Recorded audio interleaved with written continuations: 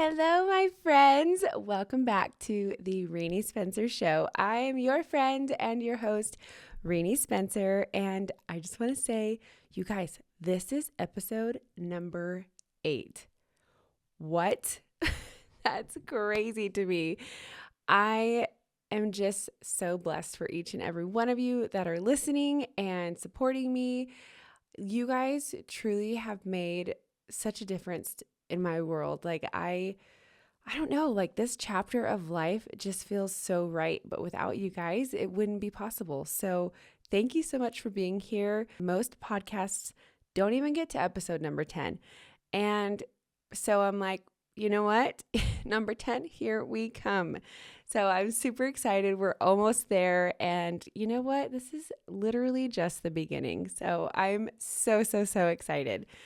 Okay, today's episode, I have to tell you, this one stung deep for me. I found myself with a racing heart, sweaty palms, ringing ears, and body trembles studying for this episode.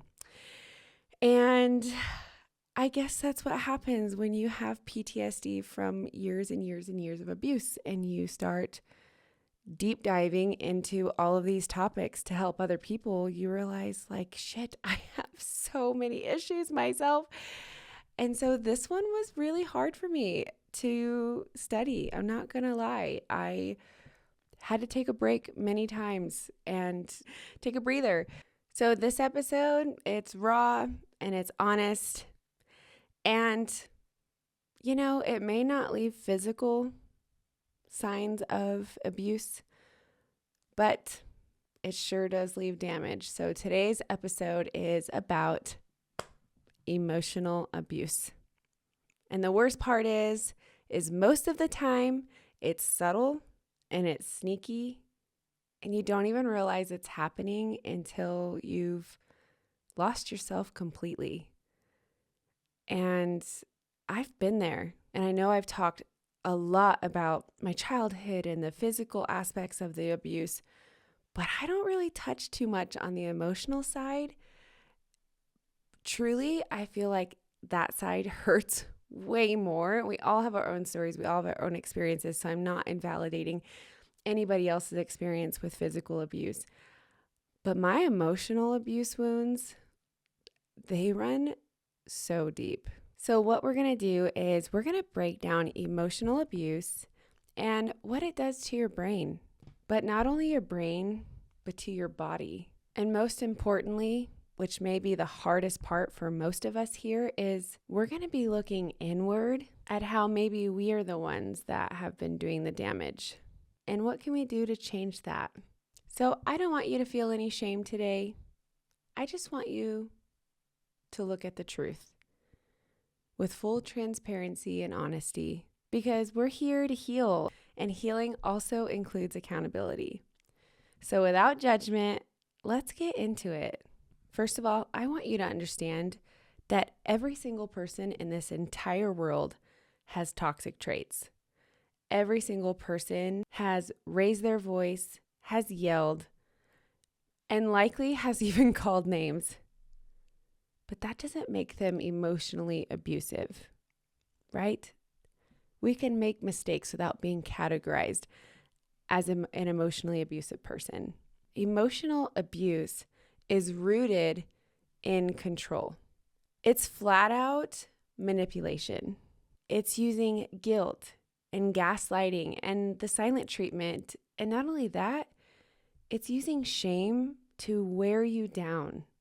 And the worst part, like I said earlier, it's sometimes so subtle and gradual that you don't even realize that it's happening. It's the parent that tells you you're too sensitive every single time you cry. It's the partner who won't talk to you for days because they're giving you the silent treatment. And it's not just because they need space to process and to calm down. It's to punish you. It's the friend that constantly is criticizing your choices and disguising it as, oh, I'm just being honest. Or the friend that likes to insult you and then masks it with humor. Oh, you just can't take a joke. I was just joking. It's the invalidation, the threats, the isolation, and the chronic unpredictability. It's just like you just don't ever know what's happening. One second you guys are laughing and talking, and the next you're just like walking on eggshells because you don't know what you did and you don't know why they're upset and what could you have done better, and you're just, all of these questions are flying and your nervous system is now, it's wrecked. And the goal here, it's always the same, okay? It's power. Power over your emotions and power over your self-worth. And the worst part about it is it's the power over your ability to trust your own mind. So just know it is not just what they say, but it's how that they make you feel. And just because there's no black eye or busted lip, it doesn't mean that there's no damage. Okay, emotional abuse, we have to call it for what it is. It is abuse. And it's like a poison that just invades your soul. And it just seeps in and slowly erodes your sense of self. And here is the kicker, okay? Did you know that there are studies that show that emotional abuse can actually leave longer lasting effects than physical abuse? Yeah, you heard that right. A 2014 study showed that children who experienced emotional maltreatment were just as likely, if not more, to experience PTSD, anxiety, depression, and suicidal thoughts than those who had physical or even sexual abuse. And that is huge because society is just now starting to normalize and recognize emotional abuse and emotional trauma and the damage that it causes. The emotional side of that and the emotional abuse, that shit lingers in the way that you even speak to yourself, in the way that you flinch when somebody raises their voice. Or like me, I can't handle the sound of a car door being slammed, the cabinets being slammed, somebody dropping something. My whole body goes into like this paralysis type of shock. And it takes me several seconds to just like come out of it whenever that loud, shocking boom happens. This also shows up in the way that you downplay your needs or how you avoid setting boundaries because you've been trained to believe that your needs make you a burden. I'm so passionate about this topic because I can speak on both sides of it. And yes, while society has always, sympathized with the black eye and my teeth being busted into my cheeks, and the way that people will rally up if somebody hits you or physically harms you. But if that same person breaks your spirit, manipulates you, gaslights you, or breaks you down with words, then oh no. Suddenly, maybe you're just being too sensitive. Maybe you need thicker skin. Maybe you took that out of context. I don't really think they meant it that way. I mean, I had way worse growing up when I was a kid. And all of a sudden, all of your pain just gets invalidated and dismissed. And then you start shrinking and you start apologizing. And then you start to word vomit and ramble and over-explain. And what's wild is you do this automatically without even thinking about it. Like you have to justify your pain to gain their approval. And that, my friend, is muscle memory. Because all of this trauma, it's living rent-free in our nervous system. So I want to say it loud for the people in the back. Just because the pain is invisible doesn't freaking mean it's not real. And just because they may have not hit you or physically caused you harm doesn't mean they didn't break something. And if you're walking around thinking, oh, I just need to get over it, it just doesn't matter. Other people out there have it far worse than what I'm experiencing.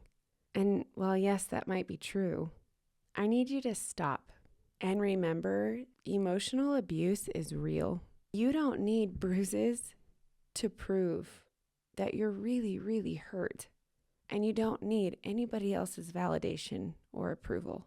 And if all of that isn't enough to convince you that your experience is real, I want to break down the science of what emotional abuse can do.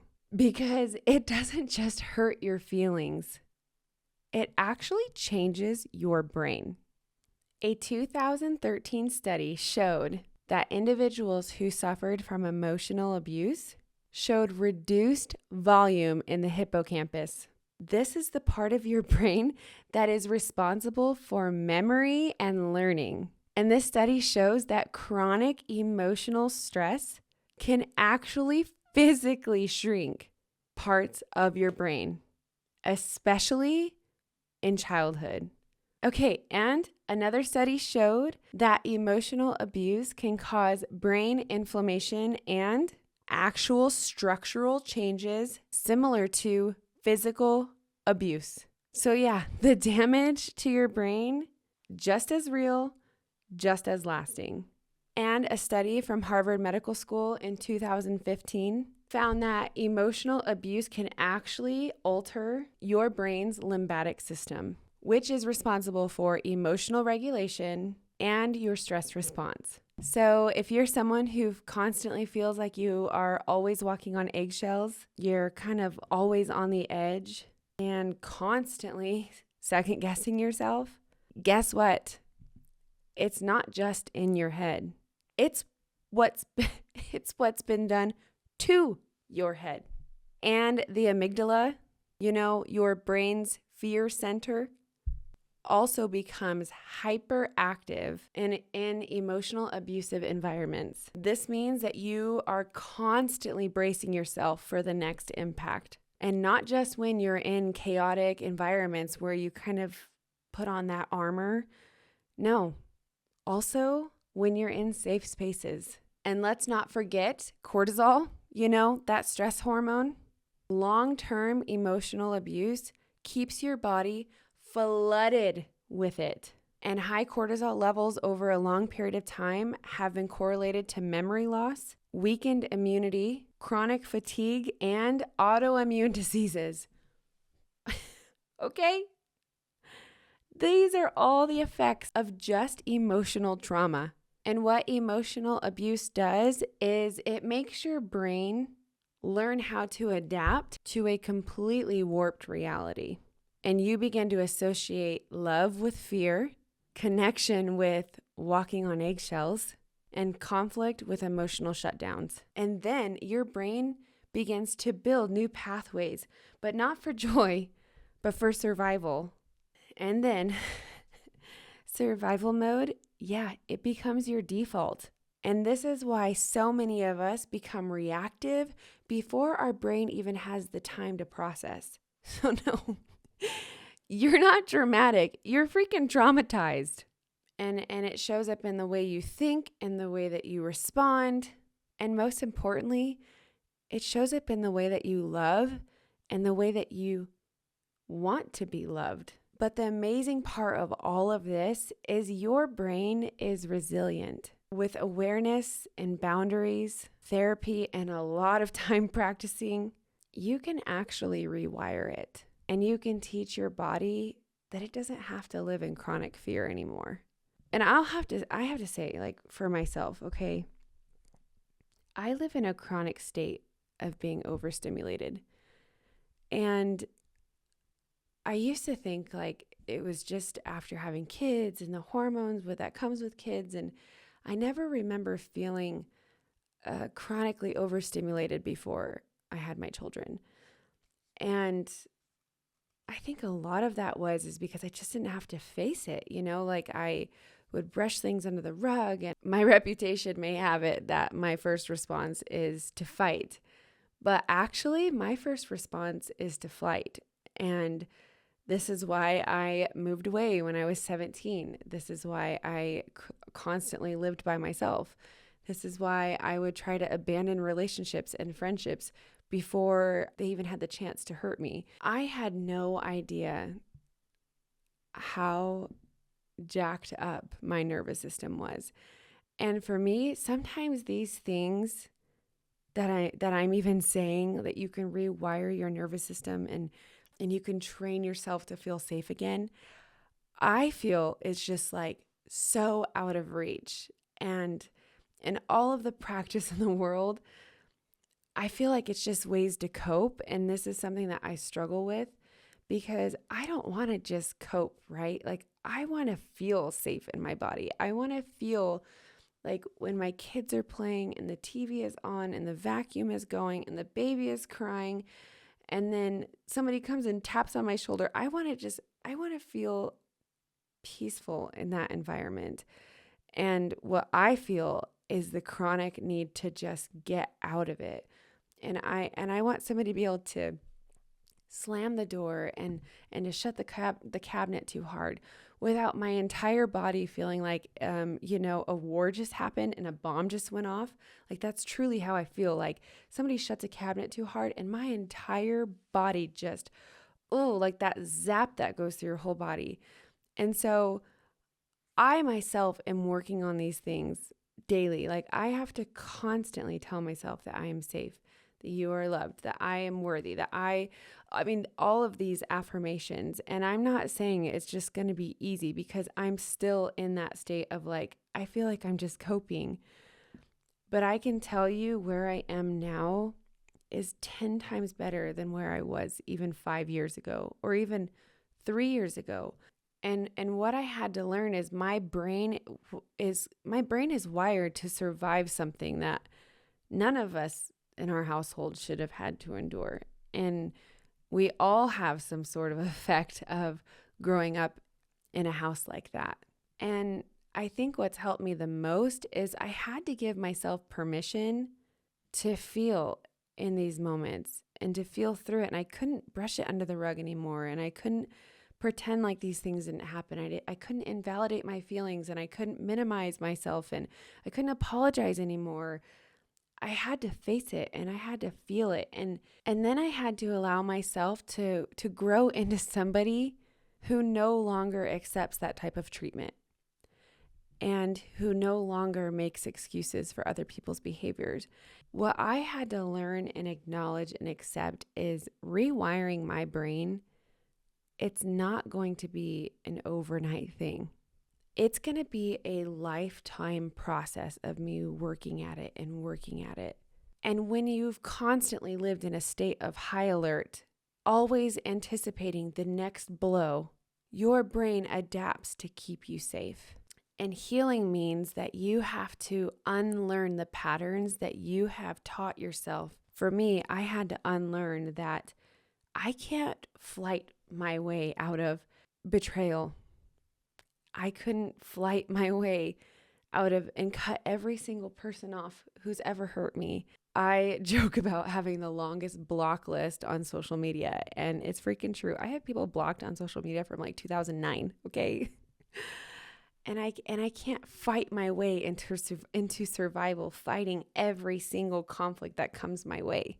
And you know what? It is so freaking hard because my natural response is like, we are gonna freaking go to town. And it is so frustrating to resist that urge to just send the longest text and spiral out of control or hide in my closet and never come out and avoid the conflict and block them and just cut off the person who immediately just hurts my feelings. But every single time that you pause before you react, and every time you finally choose to speak up for yourself, and every time you validate your feelings and stop looking for excuses to dismiss your needs, you are making new pathways and rewiring your brain. And you're building a life where your nervous system can finally breathe. I hope that gets you through the really ugly parts of healing. And another huge way of kind of redesigning your nervous system is actually being able to really understand it and acknowledge what emotional abuse is. Because you can walk away from somebody actually feeling like really icky right? But that doesn't mean you fully understand what situations am I actually being abused in. So I want you to think of these things. First of all, constant criticism or belittling. Emotional abusers are masterminds at undermining your self-worth. And they find the most stupid ways to criticize you, like how you look, how you talk, what you wear, or even the way you handled your day today. And over time, this constant criticism, it wears you down.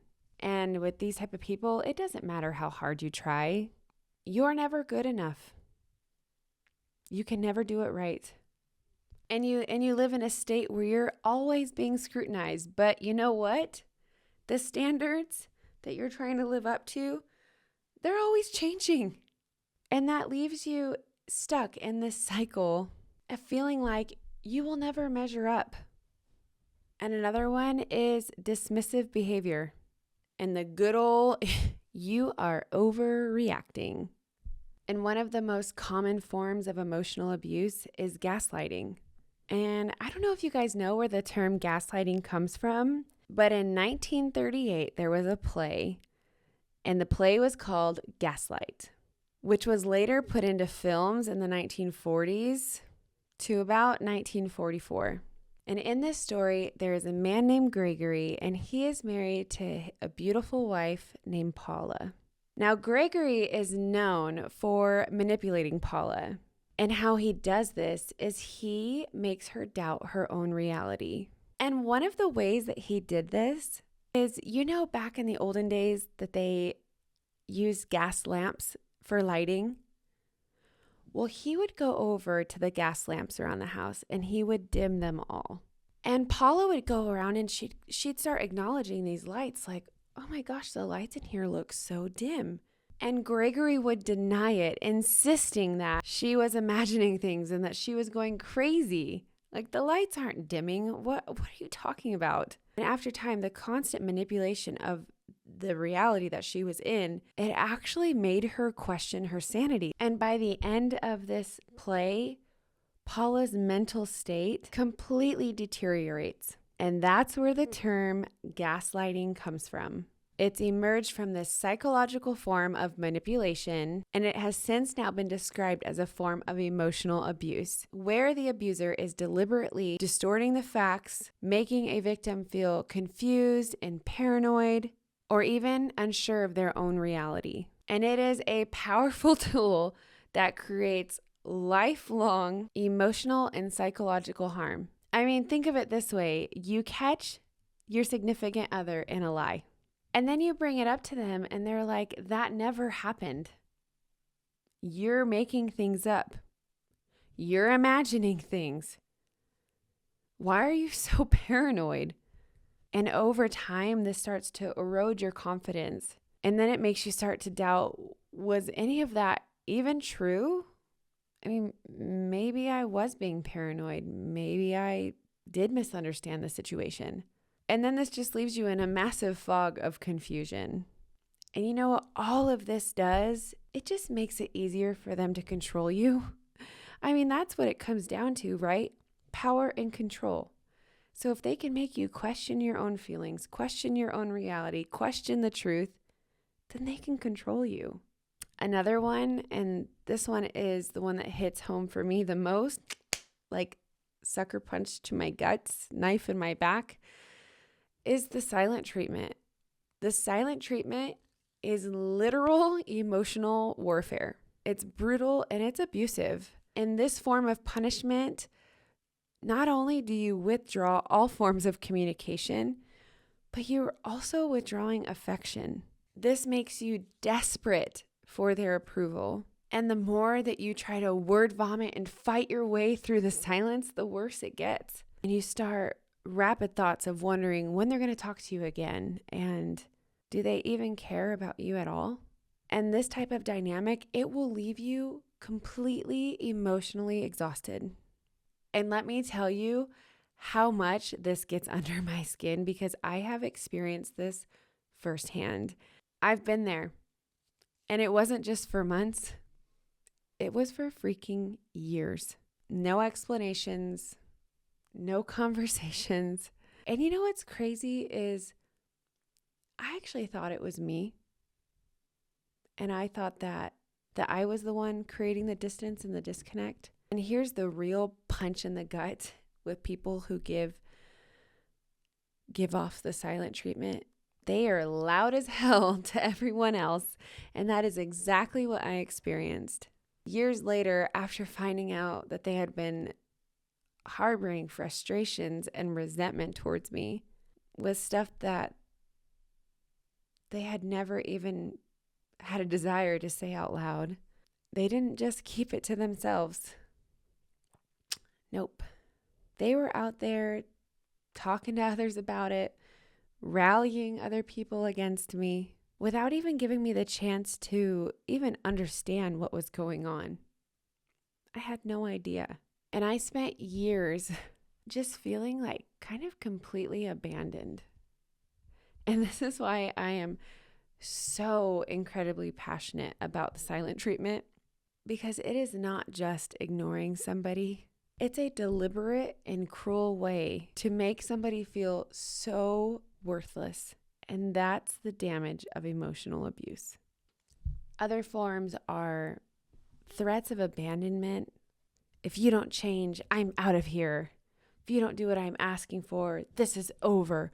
Or love bombing. We all have to be careful for those people who love bomb you in the beginning, because quickly after, those same people, they will completely withdraw.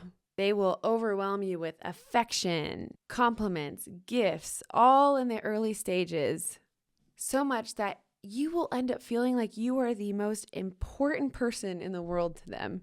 But once you're hooked, they will completely withdraw, leaving you so confused and just craving their affection again. And this is a tactic to keep you guessing and to keep you unsure of where you stand. And that makes you really easy to control. Another form of abuse is controlling where you go, what you wear, who you're with, or even the guilt-tripping statements like, "It's never enough for you, is it?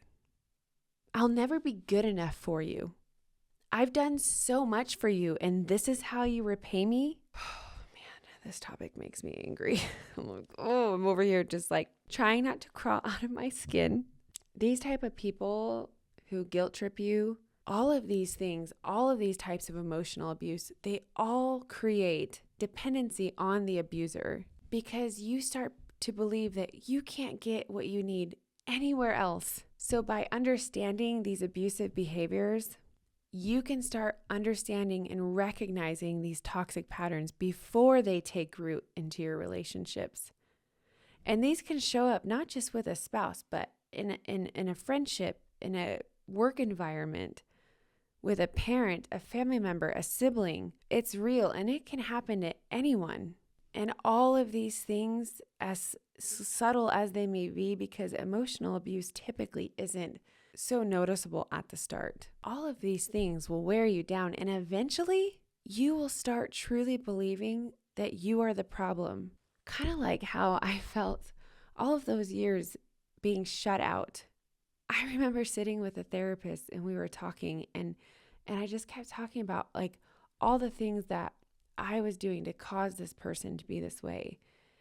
And I'll never forget when they were like, their actions, their silence, their disconnect, their dismissive behavior, no amount of good communicating on your end or changing the way you act, the way you talk, the way you look, the facial expressions you make, the tone in your voice, none of that will change their behavior.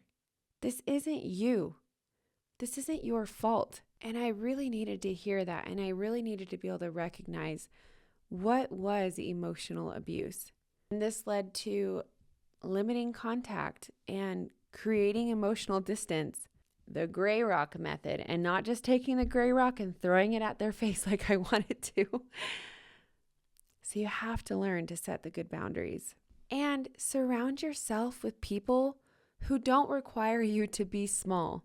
These type of people want you to feel small, so that they can feel big and that they can feel important and they can feel superior. Surround yourself with people who celebrate your wins and celebrate and respect your boundaries. And all of this awareness, it will cause you to lose people along the way. And that's probably the hardest part about this is you become so self-aware and you become so aware of toxic behavior and you can't change people. And you want to, right? Like so badly, the people that we love, we just want to be like, show them like, look, it's life on the other side is beautiful and change is possible. And we love people for their potential. But how unfair is that? Okay, we deserve more than someone's potential. You don't owe anybody access to you just because you used to love them or because they're family. Before we end this episode, we need to get real and raw here. We can't talk about healing from emotional abuse without actually looking in the mirror too. I have found myself giving people the silent treatment to punish them. I have found myself lashing out when I didn't get my way. I have even found myself using guilt trips to get the things that I want. And these behaviors, they're not just, masked under the term, I'm just having a bad day. No, these are emotional abusive behaviors. And I'm not saying this to shame you at all, but accountability is the only way forward. And this is why these episodes, they're so hard for me because researching them, it makes me take a deep look inside. And I'm like, every single time I'm like, oh my gosh, I feel so convicted. I have so much to work on. So we can't just go around pointing out other people's emotional behaviors and emotional flaws without taking a deep dive at ourselves and seeing like, maybe we're the ones that are actually causing harm. And let me be clear, it does not matter if you have been abused before. I can't even tell you how many abusive parents I see just completely justifying their abuse because it's not as bad as they had as a kid. Like, that doesn't make your behavior right. And it sure as hell doesn't make my behavior right when I mistreat my kids. I can't say that my kids' feelings are invalid and that my behavior was okay because I wasn't treating them the way my mom treated me. And it sure as hell does not matter what your intentions were. And here's where so many people get it so freaking twisted is just because you didn't mean to hurt somebody doesn't mean it didn't hurt. Your intentions don't erase your impact. I mean, visualize this, okay? Your friend is pulling out of their driveway and doesn't see you behind them. And you don't move in time. And you know what? They weren't paying attention. And they ran over and broke your foot. Now, they could get out of the car and easily blame you for not getting out of the way fast enough. Or they can get out of the car and be like, oh my gosh, I didn't mean to do that. But that doesn't mean your foot doesn't hurt anymore. Your foot doesn't just magically stop hurting because they didn't mean to do it. Like, we have to stop using our intentions as shields to avoid accountability.